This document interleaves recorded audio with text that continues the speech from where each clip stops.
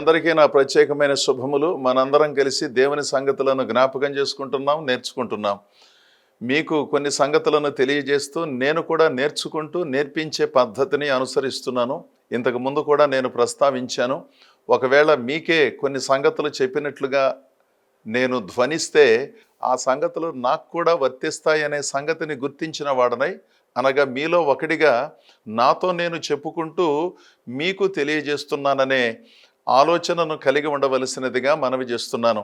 అర్థవంతమైన దేవుని సేవలు జరిగించటం, అర్థవంతమైన బోధలు జరిగించటం, అర్థవంతమైన భక్తిని చేయటం, తత్సంబంధమైన విభాగాలను కూడా దేవుని చిత్తానుసారంగా జరిగించటం అనేది ఓ అద్భుతమైన ప్రక్రియ. పౌలు భక్తుడు తన సహచర బృందము ద్వారా జరిగించిన సేవలు అద్భుతంగా ఉన్నాయి.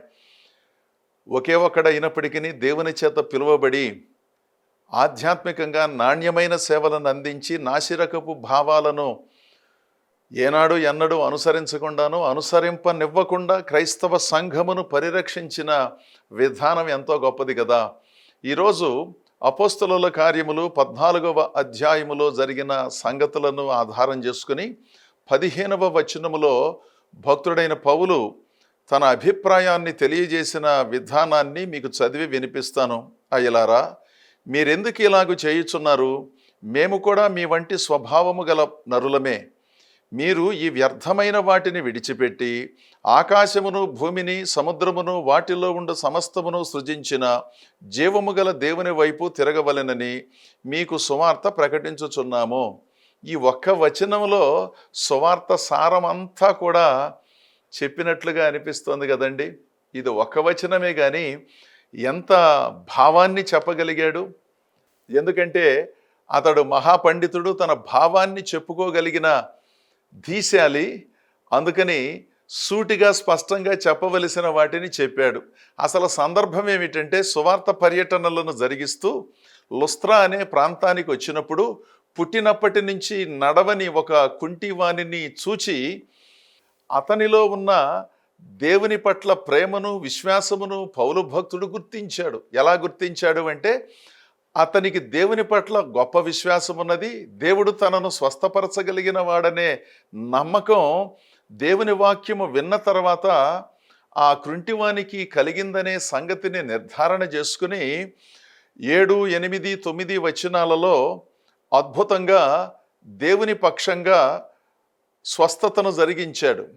లుస్త్రలో బలహీన పాదములు గల ఒకడుండెను. అతడు పుట్టినది మొదలుకొని కుంటివాడై ఎన్నడను నడవలేక కూర్చుండియుండువాడు.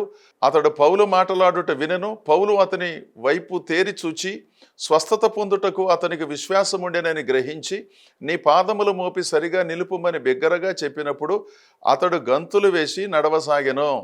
ఇది జరిగిందన్నమాట. అంటే కృంటివానికి స్వస్థతను దేవుని ద్వారా ప్రసాదించాడు. అతనికి విశ్వాసం ఉన్నదని గుర్తించాడు. నేను చెబితే అతడు లేచి గంతులు వేయటం కాదు, అతనికి దేవుని వాక్యము పట్ల విశ్వాసము కుదిరినది గనుక, అద్భుతాన్ని దేవుడే చేస్తాడు గనుక, దానిని జరిగించటానికి మధ్యవర్తిగా పౌలు ఉండి నీకు స్వస్థత కలుగునుగా కానీ కాస్త బిగ్గరగా చెప్పగానే ఎన్నడూ నడువనటువంటి ఆ కుంటివాడు దిగ్గున లేచి నడవసాగాడు. అది అద్భుతమే కదండి.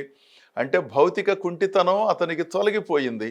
ఎవరికి పడితే వారికి స్వస్థత కార్యక్రమాలను జరిగిస్తూ ప్రజాకర్షణే ప్రధానమైన ధ్యేయంగా పెట్టుకుని పౌలు భక్తుడు సేవను ఎప్పుడూ జరిగించలేదు.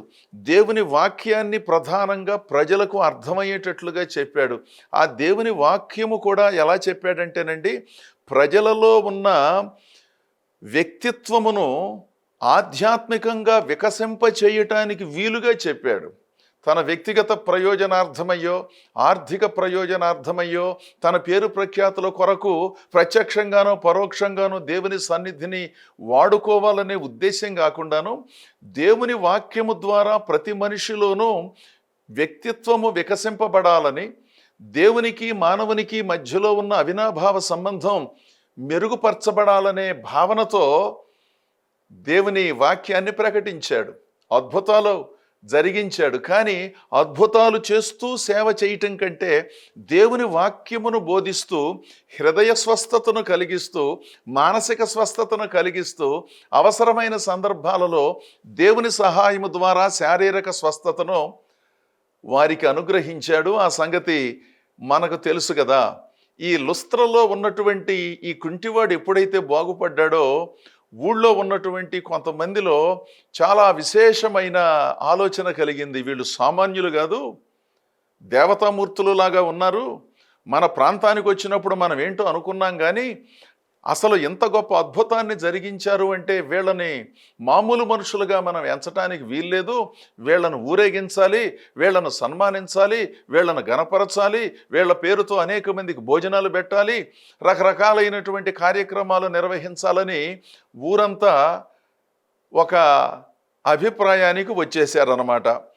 వీళ్ళు ఏం చేశారంటే కేకలు వేస్తూ దేవుని దూతలు మన మధ్యలోకి వచ్చారని చెప్పి బర్నబాకు ద్యుపతి అనియు, పౌలు ముఖ్య ప్రసంగి అయినందున అతనికి హెర్మే అనియు పేరు పెట్టారు. ఆ ద్యుపతి అంటే జూపిటరు, హెర్మే అంటే మెర్క్యూరీ, అంటే గ్రహాల పేర్లు పెట్టేశారు. చాలా విచిత్రం కదా, మనం రకరకాలైన పేర్లు పెడతా ఉంటాము, వీళ్ళేమో గ్రహాల పేర్లు పెట్టేశారు. రెండు తీసి వీళ్ళిద్దరికీ తల ఒకటి ఇచ్చేశారు అన్నమాట. అంటే మనుషుల కంటే గ్రహాలు చాలా బలమైనవని, ప్రభావము కలిగినవని. ఆ సంగతి మనకు తెలుసు కదా. నవగ్రహాలని అంటే 9 గ్రహాలు, అవి పంచభూతాలలో పరిభ్రమిస్తూ ఈ సృష్టి కార్యక్రమాన్ని నిర్విఘ్నంగా జరగటానికి దేవుని ఆదేశానుసారం సహకరిస్తున్నాయనే సంగతి మనకు తెలుసు కదా. ఆ 2 పేర్లు 2 గ్రహాల దగ్గర నుంచి తీసుకుని ద్యుపతి, హెర్మే, జూపిటరు, మెర్క్యూరీ అనే ఆ గ్రహాలతో వీళ్ళకు కొత్త పేరు పెట్టేసి ఇక నాట్యం ఆడుతున్నారు అన్నమాట. అంటే వాళ్ళకు బహుగా సంతోషం కలిగింది. వీళ్ళను ఘనపరుస్తున్నారు, వీళ్ళను సత్కరించాలని కోరుకుంటున్నారు. ఇలా వాళ్ళు రకరకాలైన కార్యక్రమాలు జరిగించారు. ఆ వచనాలన్నిటినీ నేను చదవటం లేదు, మీరు తర్వాత చదువుకోండి. 15వ వచనములో ఉన్న స్పందన నేను ఇంతకు ముందు కూడా చెప్పాను. అయ్యలారా, మీరెందుకు ఇలాగ చేయుచున్నారు? మేము కూడా మీ వంటి స్వభావము కలిగిన వాళ్ళమే కదా. ఈ వ్యర్థమైన వాటిని ఎప్పుడు విడిచిపెడతారు? ఈ వ్యర్థమైన కార్యక్రమాలను దేవుని కార్యక్రమాలుగా చెప్పుకునే పద్ధతిని మీరు ఎప్పుడు మానుకుంటారు? అర్థవంతమైన భక్తి చేయటం వేరు, అర్థం లేని భక్తిని చేస్తూ వ్యర్థమైన పనులు చేస్తూ పైగా అవి దేవుని పేరుతో దేవుని కార్యాలను చెప్పుకునే ఈ మానసిక దుర్మార్గమైన వ్యవస్థలో నుంచి మీరు ఎప్పుడు బయటపడతారు అన్నారన్నమాట. కాస్త ఆ మాటను వివరించి మనం చెప్పుకోవాలి అంటే, దైవ సేవకులను, యోగ్యులైన వారిని గుర్తించటం, గౌరవించటం మంచిదే, సన్మానించటం మంచిదే. ఈ రోజుల్లో కూడా ప్రతి సమావేశంలోనూ కొంతమంది సన్మానిస్తూ ఉంటారు వచ్చిన వాళ్ళందరినీ. ఒక 25 శాలువాలో 30 శాలువాలో తీసుకొచ్చి ఆ శాలువాలు ఆ తర్వాత ఎందుకు పనిచేయవయ్యి, మరి ఎక్కడి నుంచి తెస్తారో ఏమో కానీ కొంతమంది సన్మానించాలనే ఉద్దేశంతో. అసలు ఆ సన్మానాలు అక్కర్లేదు, ప్రతిదానికి సన్మానం ఎందుకండి? అదేమంటే గుర్తించామండి, గౌరవించామండి. గుర్తించటం, గౌరవించటం మంచిదే కాదని నేను అనటం లేదు. ఎందుకంటే అది మన కార్యక్రమాలలో కొన్నిసార్లు భాగమైనందున దానికంటూ ఒక పరిధి ఉన్నది కదా. ఎవరిని పడితే వాళ్ళను గుర్తించటం, ఎవరిని పడితే వాళ్ళను సన్మానించటం, ఏమి సాధించారని సన్మానిస్తున్నారో, ఎందుకు గుర్తిస్తున్నారో, ఒకవేళ వాళ్ళను సన్మానించి వీళ్ళను వదిలేస్తే బాగుండదు గనక అందరికీ ఒక సన్మాన కార్యక్రమాన్ని జరిగించి విలువైన సమయాన్ని హరించి వేసి దేవుని వాక్యాన్ని చెప్పడానికి అవకాశం లేకుండా చేయటమే ఓ అద్భుతమైన సంఘ కార్యక్రమం అనుకుంటున్నారా? సంఘంలో ఉన్న కొంతమంది క్రియాశీలక సభ్యులు దీని కొరకు ఎంత సమయాన్ని ఖర్చు పెడతారో. గుర్తించటం, గౌరవించటం తప్పు అని నేను అనటం లేదు, కానీ ఆ ఎవరిని గుర్తించాలి, ఎవరిని గౌరవించాలి, ఎవరిని సన్మానించాలి? అర్హులైన వారిని సన్మానించాలి, అర్హులైన వారిని గుర్తించాలి. కానీ అందరికీ సన్మానం అనే పేరుతో సమయాన్ని వృధా చేసుకునే పద్ధతి కూడా సరి అయినది కాదు కదా. ఇక్కడ వీరిద్దరినీ గుర్తించటం, గౌరవించటం ధర్మమే. పౌలు, బర్నబాలు అద్భుతంగా దేవుని చేత వినియోగింపబడినప్పటికీ ఈ గోలేంటి, ఈ శబ్దాలేంటి, ఈ భోజనాలేంటి, ఇవన్నీ అవసరమా అని వాళ్ళతో చెప్పింది ఏంటంటే, ఈ వ్యర్థమైన వాటిని విడిచిపెట్టండి, భూమిని, ఆకాశమును, అందున్న సమస్తమును సృష్టించిన దేవునికి ఇవ్వవలసిన మహిమను మాకిస్తారేమిటి? మా చుట్టూ తిరుగుతారేమిటి? మాకు గ్రహాల పేర్లు పెట్టి మమ్మలను గౌరవిస్తారేమిటి? గ్రహములను సృష్టించిన దేవుని గౌరవించాలి కదా, మనలను సృష్టించిన దేవుని గుర్తించాలి కదా, స్వస్థపరిచినది దేవుడు కదా, మేము కాదు కదా, మా చుట్టూ మీరెందుకు తిరుగుతారని ఎంత నిస్వార్థమైన బోధన చేస్తున్నాడండి. అలాంటి సందర్భాలను ఇంకెవరైనా ఉంటే ఎంత చక్కగా వినియోగించుకుని తమ పేరు ప్రఖ్యాతులు పెంచుకునేవారో కదా. ఇక్కడ అంటున్నాడు, వ్యర్థమైన వాటిని విడిచిపెట్టండి అయ్యా. అద్భుతం చేసింది మేం కాదు, యేసు నామములో మేము పలికినప్పుడు ఆ యేసు ప్రభు ఆ కుంటివాణ్ణి బాగు చేశాడు. మేము బాగు చేయలేదు, మా వల్ల ఏమీ కాదు. యేసు నామములో శక్తి ఉన్నది కనుక యేసు ప్రభువును మీరు గౌరవించాలి, యేసు సన్నిధికి మీరు రావాలి, యేసును మీరు సన్మానించుకోవాలి. అనగా మనస్సులో ఆయన మాటలను విని అంగీకరించటమే యేసును సన్మానించుకోవటం. మాకు గ్రహాల పేర్లు పెట్టడం, మా చుట్టూ తిరగటం, మా చుట్టూ గంతులు వేయటం, శబ్దాలు చేయటం, మా పేరున మీరు భోజనాలు చేయటం, ఇవన్నీ వ్యర్థమైన సంగతులు. అవసరమైతే భోజనం చేయండి, అవసరమైతే శబ్దం చేయండి, ఏమిటిదంతాను అని ఉన్నతమైన భావములో నుంచి పౌలు భక్తుడు స్పందించాడు. ఇది ఉన్నతమైన లక్షణం కలిగిన వారికి మాత్రమే సాధ్యమండి. లేకపోతే చేసినా చెయ్యకపోయినా నేను చేశాను, నేను ప్రసంగం చేశాను, నేను ప్రార్థన చేస్తే అది జరిగింది, మా సంఘానికి వస్తే ఇది జరిగింది అని చెప్పుకునే బలహీనమైన భావాలు ఉన్నాయి చూసారా, వాటిని అందరూ సవరణ చేసుకోవాలండి. నేనైనా మీరైనా ఎవరైనాను. సంఘము మీది కాదు, నాది కాదు. స్వరక్తమిచ్చి సంపాదించాడు తన సంఘాన్ని. యేసుక్రీస్తు సంఘం అది. సౌకర్యార్థం మనం పేర్లు పెట్టుకున్న మాట నిజమే, కానీ సంఘము ఎవరిది కాదు. స్వరక్తమిచ్చి సంపాదించుకున్న యేసుక్రీస్తే సంఘమునకు శిరస్సుగా ఉన్నాడు. అందులో దైవ సేవకులైన, నాయకులైన, కొంతమంది విశ్వాసులైన, పరిచారకులుగా ఉన్నారు. వాటిని బట్టి నా సంఘం నా ఇష్టం, నాకు తోచినట్లుగా నేను చెబుతాను, నాకు ఇష్టమైన వాళ్ళని నేను పిలిపించి వాక్యాలు బోధిస్తాను, నాకు అనుగుణంగా ఉన్న వాళ్ళ చుట్టూ నేను తిరుగుతాను, నా చుట్టూ వాళ్ళు తిరుగుతారు అని అనుకూలమైన సేవలు, అనుకూలమైన పద్ధతులతో దేవుని మాటలను వినిపించటం అనేది సరి అయినటువంటి క్రమం కాదు. సంఘము దేవునికి సంబంధించినదైనప్పుడు ఆ సంఘములో సంఘానికి కాపరి ప్రధానమైనటువంటి సేవకుడుగా ఉన్నప్పుడు దైవ సంబంధితమైన లక్షణములను ప్రజలకు నేర్పించాలి. వ్యక్తిత్వ వికాసమును వారు పొందేటట్లుగా బోధలు చేయాలి. అనవసరమైన పేర్లతో అనవసరమైన ఘనతను పొందుకోవటానికి ప్రత్యక్షంగానో పరోక్షంగానో ప్రాకులాడే ధోరణి ఏ విధంగానూ సరి అయినది కాదు. నేను ఇంతకు ముందు చెప్పాను, యోగ్యులైన దైవదాసులను గుర్తించి గౌరవించటం, సన్మానించటం తప్పు కాదు, కానీ సన్మానింపవలసిన దానికంటే అధికముగా సన్మానించటం, అభినందించవలసిన దానికంటే అధికముగా అభినందించటం, అభిమానించవలసిన దానికంటే అధికముగా అభిమానించటం, ఇలాంటి కార్యక్రమాలను జరిగించటం దేవుని వాక్యమునకు విరుద్ధం కదా. దేవునిని ఆరాధించాలి, మనుషులను అభిమానించాలి. కానీ ఈ రోజుల్లో కొంతమంది మనుషులను ఆరాధిస్తున్నారు, దేవుని అభిమానిస్తున్నారు. కారణం ఏదైనప్పటికీ అది చాలా పెద్ద పొరపాటు. దేవుని ఆరాధించండి, మనుషులను అభిమానించండి. ఆ అభిమానము హద్దులు దాటకుండా వారిని గౌరవించినప్పుడు కానీ, వారి గురించి చెప్పినప్పుడు కానీ, వారిని సన్మానించినప్పుడు కానీ ఉండేటట్లు చూసుకోవటం మన పైన ఉన్న పెద్ద బాధ్యత కదా. ఇక్కడ అయ్యలారా, మీరెందుకు ఇలా చేస్తున్నారు? వ్యర్థమైనటువంటి వాటిని ఎందుకు జరిగిస్తున్నారు అంటే, వీళ్ళను సన్మానించటం, దేవుళ్ళుగా పరిగణించటం వ్యర్థమైన సంగత. అదే మీ దగ్గరకో నా దగ్గరకో వచ్చి ఇలాంటి అద్భుతం ఏదైనా జరిగినప్పుడు మనల్ని ఈ విధంగా పొగిడితే చాలా సంతోషిస్తాం కదా. మనం సన్మానించటం వ్యర్థమైనదని మనం అనం కదా. సన్మానించకపోతే కోపం కదా, నన్నెందుకు గుర్తించలేదు, నన్నెందుకు గౌరవించలేదు, నా పేరు ఎందుకు చెప్పలేదు. ఈ గోల ఎక్కువైపోయింది ఈ రోజుల్లో. గుర్తించాలి, గౌరవించాలి, పొరపాటును మర్చిపోయారు. దానివలన పెద్ద సమస్యలు సృష్టించి ఎంత గందరగోళం సృష్టిస్తారో కొంతమంది. మరిచిపోకూడదు, అయినా మర్చిపోయారు. ఏం చేద్దాం?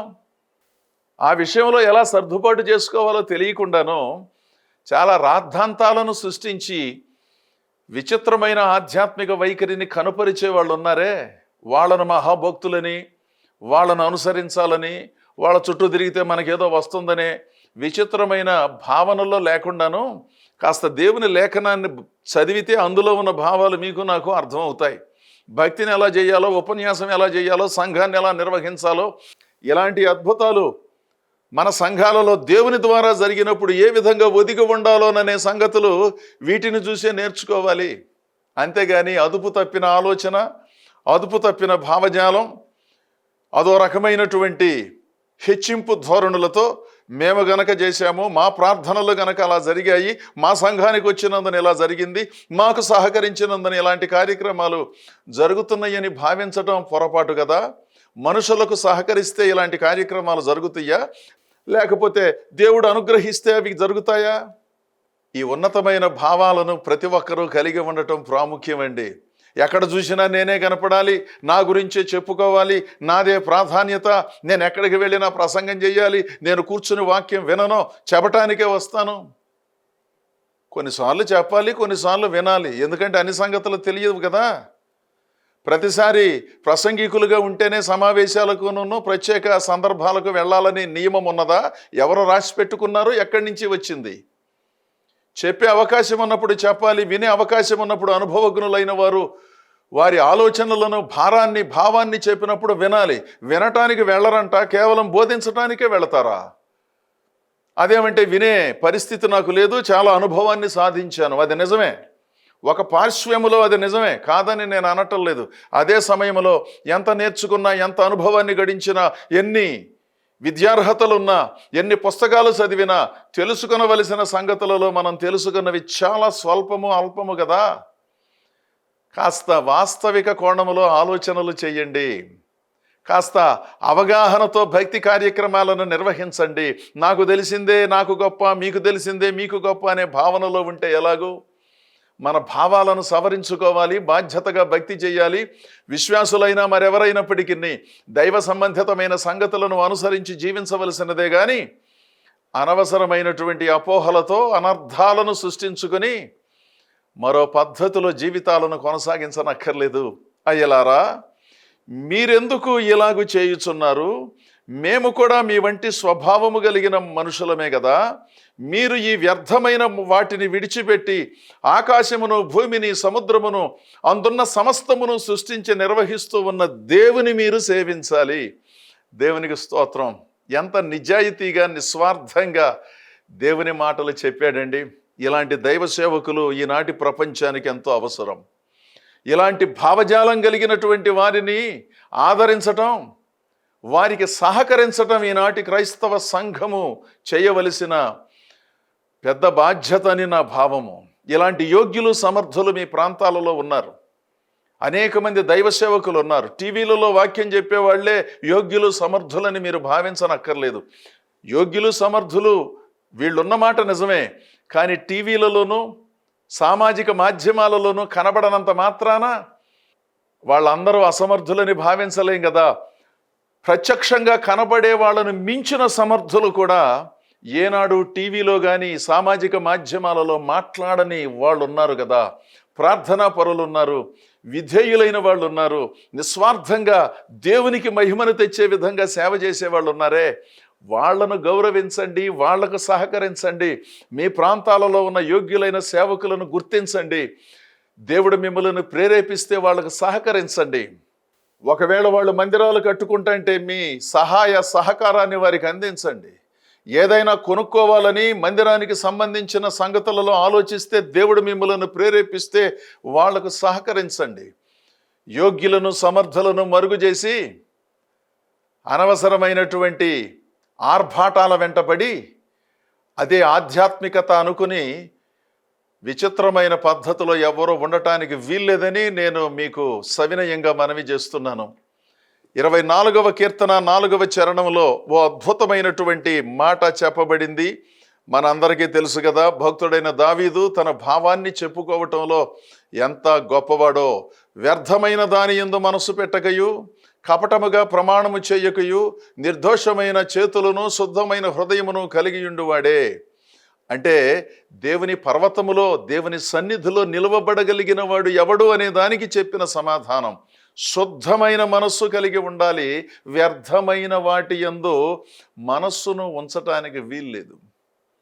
అనవసరమైన, అసందర్భమైన కార్యక్రమాలను జరిగిస్తూ అదేదో భక్తి కార్యక్రమం అని భ్రమపడుతున్నారు కొంతమంది. డబ్బులు ఖర్చు పెడుతున్నారు, సమయం ఖర్చు పెడుతున్నారు, అద్భుతమైన ప్రచారం చేస్తున్నారు, దానికే బోల్డు డబ్బులు అయిపోతున్నాయి. అంత బాగానే ఉంది, కానీ అక్కడికి వెళ్ళిన తర్వాత ఆధ్యాత్మికమైన దీవెన చాలా తక్కువ కలుగుతుంది. అసలు ఏం వాక్యం చెబుతున్నారో, ఎందుకు పాడుతున్నారో, ఎందుకు ఆ కార్యక్రమాలు జరుగుతున్నాయో కొన్నిసార్లు అర్థం కావట్లేదు కదా.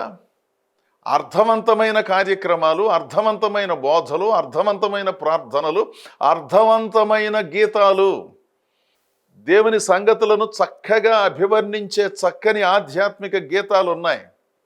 వాటిని గుర్తించండి. వ్యర్థమైన వాటిని బట్టి అవేదో అర్థవంతమైన ఆధ్యాత్మిక కార్యక్రమాలు నేనే చేసేస్తున్నానని అనుకోనక్కర్లా. దేనికి ఎంత ఖర్చు పెట్టాలో, దేనికి ఎంత సమయం ఖర్చు పెట్టాలో, దేవుని లేఖనాలను ఏ విధంగా ఎంతవరకు చక్కగా బోధించాలో ఈ సంగతులను గుర్తించి అర్థవంతమైన కార్యక్రమాలను జరిగించమని భక్తుడైన దావీదు కూడా చెప్పాడు. ఆ మాటకు వస్తే పౌలు కూడా చెప్పాడు. ఇలాంటి సన్మానాలు వద్దు, ఏమొద్దు, అవతలకు బొమ్మన్నాడు. అదేమిటండి బాబో, 1 తిమోతి పత్రిక 5వ అధ్యాయం 17వ వచనములో కాస్త ఉపదేశం చేసే గొప్ప నాయకులను, మాదిరిగా ఉన్న నాయకులను రెట్టింపు సన్మానానికి పాత్రులు చేయమన్నాడు కదా, మీరు అలా అంటారేమిటి అనే ధర్మ సందేహం కలిగితే, రెట్టింపు సన్మానానికి వారిని పాత్రులుగా చెయ్యమని చెప్పిన భావం ఏమిటో తెలుసా? వారు చెప్పిన మాటలను విని విశ్వసించి తదనుగుణముగా భక్తి చేయటం వారిని సన్మానించినట్లు అవుతుంది. మీకు అర్థమైందా? ఉపాధ్యాయులను సన్మానిస్తారు టీచర్స్ డే రోజు, మంచిదే. వాళ్ళను సన్మానించటం గొప్పే, కానీ వారు చెప్పిన ఉపదేశానుసారం జీవించటం అంతకంటే గొప్ప కదా. అది రెట్టింపు సన్మానం కదా. పాస్టర్ గారిని గౌరవించటం గొప్పే. ఆ పాస్టర్ గారు చెప్పే దేవుని మాటలను వినకుండానో, పట్టించుకోకుండానో, లెక్క చేయకుండానో, ఏదో సందర్భం వచ్చినప్పుడు గబాలను ఒక శాలువా గపితే సన్మానించినట్లు అవుతుందా? లేకపోతే ఆయన చెప్పిన మాటలను విని విశ్వసించి తదనుగుణముగా నడుచుకొని జీవితాలలో దేవుని ఆశీస్సులు పొందుకోవటం తమను తాము సన్మానించుకున్నట్లు అవుతుందా? నేను ఇంతకు ముందు కూడా చెప్పాను, యోగ్యులైన దైవదాసులను సన్మానించటం తప్పు కాదు, కానీ ఆ సన్మానం కూడా ఒక పరిధిలో ఆధ్యాత్మికంగా ఉండాలి. కానీ అనవసరమైన హడావిడి, ఆర్భాటము అధికముగా జరిగించటం కూడా సరి అయినది కాదు కదా. రెట్టింపు సన్మానానికి వాళ్ళను పాత్రులనుగా చెయ్యాలి అంటే యోగ్యులైన ఉపదేశకులను, నాయకులను, సేవకులను, విశ్వాసులను వారు జీవించిన జీవన విధానాన్ని మనం అనుసరిస్తూ, వారు చెప్పిన మాటలను మనం పాటిస్తూ చక్కగా మన జీవితాలను నడిపించుకోవటం అసలైన సన్మానం. కనుక బర్నబా, పౌలులు వారికి నమస్కరించి, దయచేసి ఇలాంటి కార్యక్రమాలు చేయొద్దు, వ్యర్థమైన వాటిని చేయొద్దు, అర్థవంతమైన భక్తిని చెయ్యండి, దైవానుగ్రహం మీకు వస్తుంది, మీ జీవితాలలో ఉన్న మానసిక కుంటితనం, ఆధ్యాత్మిక కుంటితనం పోతుంది. భౌతిక కుంటితనం మాత్రమే పోదు, అవి కూడా పోతాయి. అప్పుడు దేవునికి యోగ్యమైనటువంటి మనుషులుగా మీరు, మీ కుటుంబాలు ఉంటారని అద్భుతమైన బోధన చేశాడు. అందుకని మనందరం అర్థవంతమైన బోధలు, అర్థవంతమైన కార్యక్రమాలను నిర్వహిస్తూ దేవునికి ఇవ్వవలసిన ఘనతనిస్తూ, వాటిని ప్రత్యక్షంగానో పరోక్షంగానో మనందరం లాగేసుకోకుండాను దేవుని సన్నిధిలో సేవకులుగా, విశ్వాసులుగా ఉంటూ దేవుడు చూపించిన దారిలో మనందరం ముందుకు సాగుదాం. అలాంటి కృపాదీవెనలు మీకు, మీ కుటుంబాలకు దేవుడు మరిన్ని ప్రసాదించాలని కోరుతూ ఈ నా మాటలు ముగిస్తున్నాను. ఆమేన్.